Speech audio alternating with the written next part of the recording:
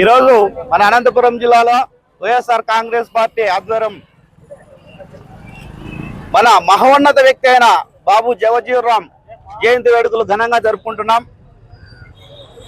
ఈయన 1908లో బీహార్ రాష్ట్రంలో జన్మించి దళిత కుటుంబంలో జన్మించి మహోన్నత వ్యక్తిగా పేరుగాంచిన వ్యక్తి మన జగజ్జీవన్ రామ్ గారు. ఈయన 1936 నుండి 1976 వరకు కూడా దాదాపు 50 సంవత్సరాలు పార్లమెంటు సభ్యుడిగా రికార్డు స్థాయిలో కొనసాగిన దళిత గొప్ప నాయకుడు ఎవరైనా అంటే బాబు జగజ్జీవన్ రామ్ గారు.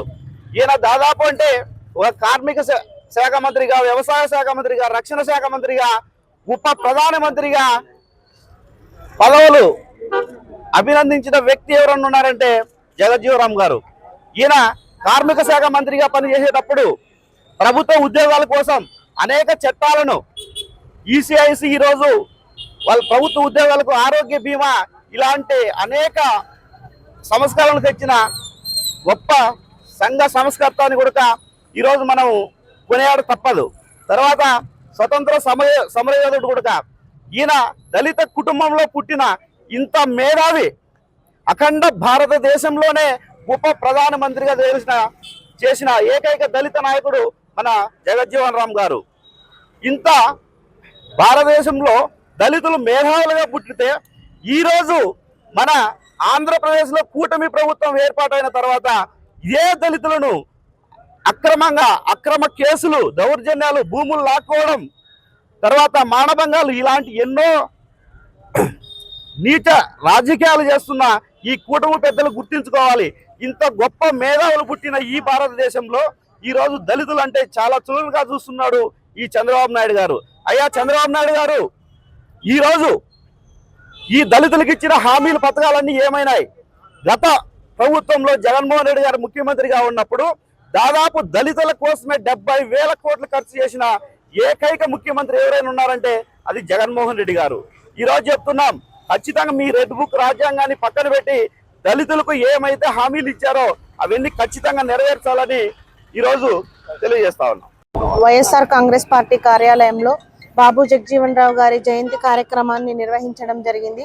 గొప్ప స్వాతంత్ర సమరయోధుడు, అలాగే గొప్ప సంఘ సంస్కర్త అయినటువంటి బాబు జగజ్జీవన్ రామ్ గారు ఈ సమాజంలో ఉన్నటువంటి అణగారిన వర్గాల వారికి, అట్టడుగు వర్గాల వారికి సమాన అవకాశాలు రావాలి, సమాన హక్కులు కలిగించాలని పోరాడారు.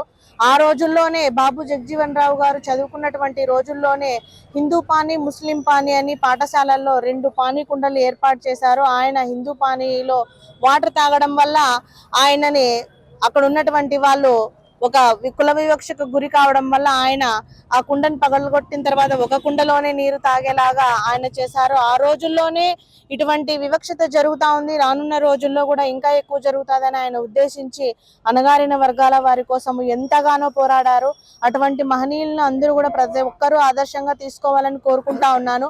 అలాగే కూడా 27 సంవత్సరాలకి కూడా ఆయన శాసన మండలి సభ్యునిగా పనిచేశారు, ఎంపీగా పనిచేశారు, మంత్రిగా కూడా పనిచేసి అణగారిన వర్గాల వారికి న్యాయం జరగాలని పోరాడారు. అటువంటి మహనీయుల ఆశయాలకు అనుగుణంగా కూడా మాజీ ముఖ్యమంత్రి వర్యులు వైఎస్ జగన్మోహన్ రెడ్డి గారు పనిచేసి ఈ రాష్ట్రంలో ఉన్నటువంటి ఎస్సీ, ఎస్టీ, బీసీ మైనారిటీలకు రాజకీయంగా అవకాశం కల్పించారు, సంక్షేమ పథకాలు అందించారు, ప్రతి ఒక్కరికి కూడా న్యాయం జరగాలని పోరాటం చేశారు మాజీ ముఖ్యమంత్రి వర్యులు వైఎస్ జగన్మోహన్ రెడ్డి గారు. ఇప్పుడున్నటువంటి కూటమి ప్రభుత్వ నాయకులు ఇటువంటి మహనీయుల ఆశయాలను తుంగలో తొక్కుతా ఉన్నారు. అలాగే కూడా ఎస్సీ, ఎస్టీ, బీసీల పైన దాడులకు పాల్పడుతూ ఉన్నారు, డైవర్షన్ పాలిటిక్స్ చేస్తూ ఉన్నారు. ఇప్పటికైనా కూడా బుద్ధి తెచ్చుకొని అభివృద్ధి, సంక్షేమం పైన దృష్టి సారించి పరిపాలన చేయాలని కూడా ఈ సందర్భంగా కోరుతా ఉన్నాం.